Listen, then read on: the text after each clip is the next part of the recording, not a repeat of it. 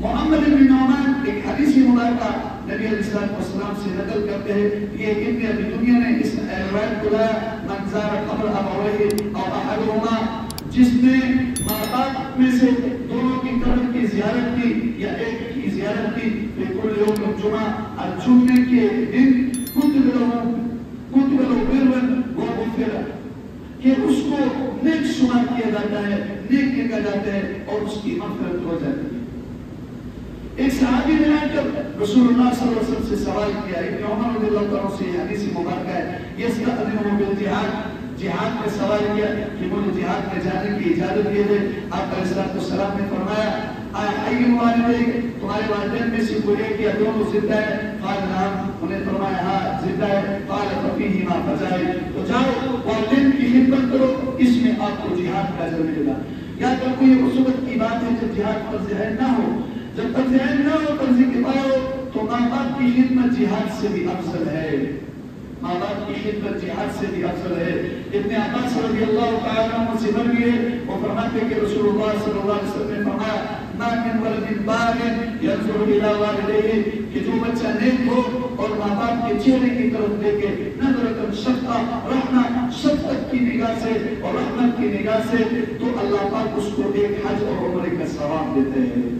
صحابی نے سوال کیا، یا رسول اللہ وَإِنَّ الرَّمِيَةَ مَرَّةً، اگر ماں باپ کو 100 مرتبہ پیار اور محبت اور شفقت کی نگاہ سے دیکھے، تو آپ علیہ السلام نے جواب دیا، اللہ اکبر واقف، اللہ کی ذات بہت بڑی ہے اور بڑی پاکیزہ ذات ہے، اس کے خزانوں میں نیکی دینے کے اور امان دینے کے تصور کبھی کے تصور بھی نہیں کیا جا سکتا۔ اللہ پاک 100 مرتبہ حج عمرے کا ثواب دے دیں گے۔ تو کتنے خوش نصیب ہے وہ اولاد جو کہ سفر پہ جاتے ہیں تو ماں باپ کے چہرے کو ایک دفعہ شفقت کی نگاہ سے دیکھتے ہیں، صبح کام کے لیے جاتے ہیں تو ماں باپ کے چہرے کو شفقت کی نگاہ سے دیکھتے ہیں۔ ایک حدیث مبارکہ میں حضرت انس رضی اللہ تعالیٰ عنہ سے حدیث مبارکہ بنی ہے، وہ فرماتے ہیں کہ رسول اللہ صلی اللہ علیہ وسلم سے ایک صحابی نے سوال کیا کہ مرنے کے بعد والدین کے ساتھ حسن سلوکی کا کیا طریقہ ہے؟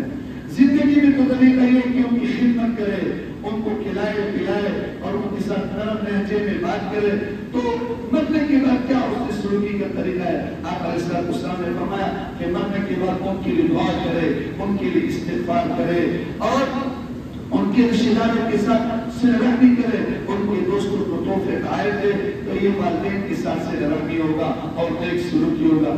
تو انسان کے ذمہ لازم ہے کہ جب ان کے والدین زندہ ہو تو ان کی خدمت کرے، ان کی اطاعت کرے اور ان کے لیے ہر چیزوں کا بندوبست کرے، اور جب مر جائے تو ان کے لیے پھر جنازہ پڑھے اور ان کے لیے پھر دعا کرے، ان کے لیے استغفار کرے، ان کے رشتہ داروں کے ساتھ صلہ رحمی کرے۔ ایک حدیث مبارکہ میں آتا ہے، آپ علیہ السلام سے مروی ہے، ایک صحابی نے کہا کہ یا رسول اللہ اگر کوئی انسان ایسے ہو کہ والدین سے نافرمان ہو اور والدین دنیا سے رخصت ہو گئے تو اس کی فرمانبرداری کا کیا طریقہ ہے؟ آپ علیہ السلام نے فرمایا ہر جمعے کو والدین کی قبر پر جائے اور ان کے رشتہ داروں کے ساتھ اس کی سلوکی کرے تو یہ فرمانبردار لے کر جائے گا۔ تو تاریخ اٹھا کے دیکھیے جن لوگوں نے والدین کی اطاعت کیا انہوں نے بہت بڑا مقام پایا۔ یہ تو قرآن مجید ہے، قرآن مجید سے پہلے بھی جو کتابیں ہیں تورات کے اندر بھی والدین کی اطاعت کا ذکر ہے کہ جس نے اپنی عمر کو لمبا دراز پانا ہے تو اس کو چاہیے کہ والدین کی اطاعت کرے، جو چاہتا ہے کہ اس کا رزق بڑھے تو اس کو چاہیے کہ والدین کی اطاعت کرے۔ اور جتنے بھی بڑے بڑے بزرگان دین ہیں، امام شافعی رحمۃ اللہ علیہ نے بڑا مقام پایا تو والدین کی اطاعت، اور شیخ عبد القادر جیلانی رحمۃ اللہ علیہ نے بڑا مقام پایا تو والدین کی اطاعت کیا۔ ربیع بن مالک نے جو بڑا مقام پایا تو انہوں نے والدین کی اطاعت کیا، والدین کی اطاعت کیا۔ حیات بن شریف بہت بڑے فقیہ اور بہت بڑے امام ہے، بہت بڑے اللہ والے ہیں۔ جب ان کو والدہ بلاتی ایک جگہ آتا ہے کہ والدہ نے اس کو آواز دی اے حیات کھڑے ہو جاؤ اور مرغیوں کو دانا ڈالو، وہ فوراً کھڑے ہو گئے۔ اتنے بڑے بزرگ کہ والدہ کی ایسی اطاعت کرتے تھے۔ بنی اسرائیل کی ایک بات ایک سورہ بقرہ کے اندر ذکر ہے اور سورہ بقرہ قائم کو کہتے ہیں اور اسی نام سے یہ سورہ مشہور ہے۔ ان کو جو حکم ہوا کہ گائے کو ذبح کرو تو ان کو یہ گائے نہیں ملتی، ایک مقتول آدمی کے قاتل کے معلومات کرنے کا ایک ذریعہ تھا، ان کو اللہ نے حکم دیا تھا موسیٰ علیہ السلام کی زبانیں۔ تو گائے ان کو نہیں ملے تھی. وہ گائے کے نوجوان لڑکے کے پاس تھی. وہ والدہ کا بڑا کتاب گزار تھا. جب ان کے پاس گئے تو انہوں نے اس گائے کے وزن کے برابر یا اس کے چمڑے میں جتنا سونا آتا تھا وہ مطالبہ کیا اور بنی اسرائیل نے دے دیا.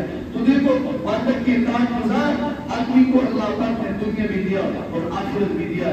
ایک صحابی ہے, صحابی رسول ہے, جن کو اللہ پاک نے جنت کی خوشخبری دی دنیا میں, لیکن صحابہ کو کہہ رہے کہ کلمہ پڑھو, کلمہ نہیں پڑھ رہے. نبی علیہ السلام کے پاس گئے, آپ علیہ السلام نے ان کو کہا کہ کلمہ پڑھو, قل لا الہ الا اللہ, کلمہ پڑھ لو. اس نے کہا لا استطیع یا رسول اللہ, میں طاقت نہیں رکھ سکتا.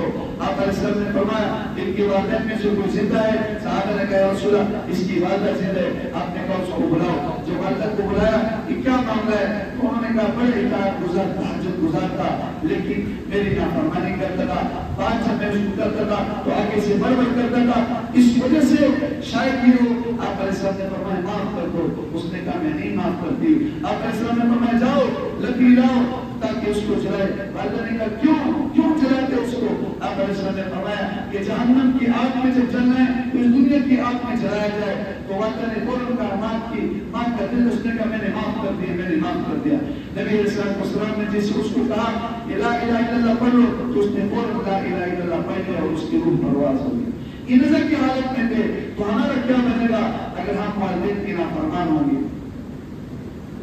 بنی اسرائیل کی 3 نوجوانوں کا واقعہ کتابوں کے اندر, بخاری جلد ثانی کے اندر, جلد اول کے اندر, بدر الخلق کے اندر یہ ذکر ہے کہ ان کے اوپر ایک حادثہ آیا کہ بارش اور طوفان آیا اور وہ غار کے اندر چوکے اور غار کا منہ جو ہے بند ہو گئے. ان میں سے ایک نوجوان ہوتا کہ جس نے تیسرے مرحلے میں تیسرے نمبر پر اس کی زبانی آئی کہ اللہ میرے ماں باپ تھے اور میں ان کی اطاعت گزاری کرتا تھا روزانہ. ایک دن ایسے وہ اپنے بکریاں چلاتا تھا اور بکریاں چلاتے چلاتے دور نکل گیا. میں آتے ہی جیسے جو ہے نا ماں باپ کو سب سے پہلے دودھ پلاتا تھا, لیکن میں ان دن بکریاں چلاتے ہوئے دور نکل گیا. جب واپس آیا تو میرے ماں باپ کے انتظار میں سو گئے اور میں نے دودھ کا پیالہ, لیکن نہیں سو گئے, دودھ کا پیالہ نکال کے جیسے لایا تو وہ سو گئے تھے. اور صبح تک میں ان کی خدمت میں ایسے ہی کرا تھا کہ اللہ کا یہ تیری رضا کی وجہ سے ہے تو یہ پتھر ہٹا دے, تو اللہ تعالیٰ نے وہ پتھر ہٹا دیا. تو ماں باپ کی اطاعت اور ان کے وسیلے کے ذریعے سے اللہ رب العزت دعائیں بھی قبول کرتا ہے. ہاں یہی ماں باپ ہے جو انسان کے لیے دعائیں کرتے ہیں. جب بچپن میں ہوتے ہیں تو ان کے بڑے ہونے کی اور ان کی اچھی پرورش کی, ان کی تعلیم کی, ان کی رزق کی اور ان کی آخرت کی دعائیں کرتے ہیں. ایک ہم ہے کہ جب والدین زندہ ہوتے تو تب تک ان کو دعا میں یاد نہیں رکھتے, جب مر جاتے تو پھر بھی دعا میں یاد نہیں رکھتے. ابن عمر رضی اللہ تعالیٰ عنہ ایک راستے سے جا رہے تھے, ایک بدو سے ملاقات ہوا. ابن عمر اتر گئے اور اپنے پگڑی کو اتار کر پھر ان کے اوپر سلام کیا اور پگڑی کو جو اس کے سر کے اوپر امانت اس کے سر کے اوپر رکھا. ابن دینار نے ان کو کہا کہ ابن عمر یہ تو جو ہے نا اکرام دیہاتی آدمی ہے, اتنا اکرام کرنے کی ضرورت کیا ہے, معمولی چیزوں سے خوش ہو جاتے, اتنا بڑا آپ نے اکرام کیا.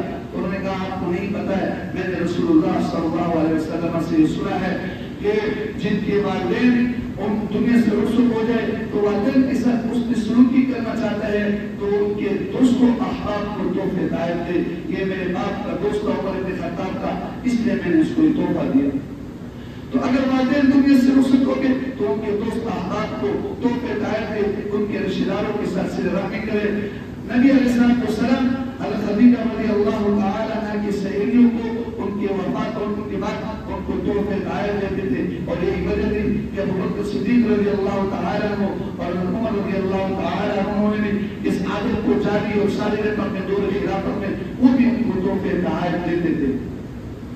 ابن عمر رضی اللہ تعالیٰ کہتے تھے ایک آدمی نے آ کر طواف کیا اور والدہ کو جو ہے اپنے کندھوں پر اٹھایا اور طواف کر رہے. 7 چکر لگانے کے بعد ابن عمر کے پاس آئے اور کہا کیا میں نے ماں کا حق ادا کیا؟ ابن عمر رضی اللہ تعالیٰ نے فرمایا نہیں, تو نے ماں کا حق ادا نہیں کیا. ہاں یہ کہ تو اپنی بیوی کو طلاق دے دے پھر بھی تم ماں کا حق ادا نہیں کر سکتے. یہ بات یہ ہے کہ یہ تم نے صرف عبادت کیا اور تمہیں اس کا ثواب ملے گا. ہاں ماں باپ کا حق کدھر ادا کر سکتے ہیں. ایک روایت کے اندر جبرانی کے اندر یہ واقعہ نقل کیا گیا ہے. حضرت جابر رضی اللہ تعالیٰ عنہ اس حدیث کو لاتے ہیں کہ ایک آدمی نے آ کر نبی علیہ السلام کے سامنے شکایت کیا اور فرمایا کہ میرا باپ ہے جو میرے مال کو لٹاتا ہے. آپ علیہ السلام نے صحابہ کو ان کے پیچھے بھیجا اور فرمایا اس کو بلاؤ. جب اس کے پاس صحابہ گئے تو صحابہ نے کہا کہ نبی علیہ السلام کے دربار میں تمہاری شکایت تمہارے بیٹے